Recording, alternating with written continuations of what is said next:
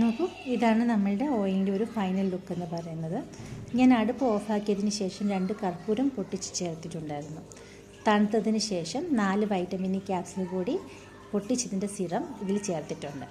നന്നായി ആറിയതിന് ശേഷം നല്ല ഒരു അരിപ്പ ഉപയോഗിച്ച് ഒട്ടും നനവില്ലാത്ത ഡ്രൈ പാത്രത്തിലേക്ക് അരിച്ചു മാറ്റുക. എന്നിട്ട് ലാസ്റ്റിൽ അടിഞ്ഞു വരുന്നതെല്ലാം കൂടി ഒരു കഴുകി ഉണക്കിയ കോട്ടൺ ക്ലോത്തിലിട്ട് ഞെക്കി പിഴിഞ്ഞ് എടുക്കുക. എന്നിട്ട് നല്ല എയർ ടൈറ്റായിട്ടുള്ള ഒരു ഗ്ലാസ് ജാറിൽ സൂക്ഷിക്കാവുന്നതാണ്.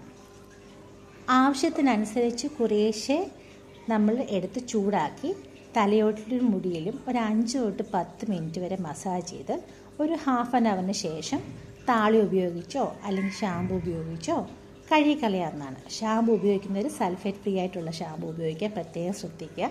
നമ്മുടെ മുടി ഡാമേജ് ആകാതിരിക്കും. നല്ല റിസൾട്ട് കിട്ടുന്നതായിരിക്കും. ഇതിൽ ചേർത്തേക്കുന്ന എല്ലാ ചേരുവകളും നമ്മുടെ മുടിയുടെ വളർച്ചയ്ക്ക് നല്ലതാണ്.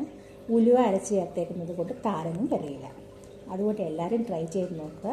Thank you so much.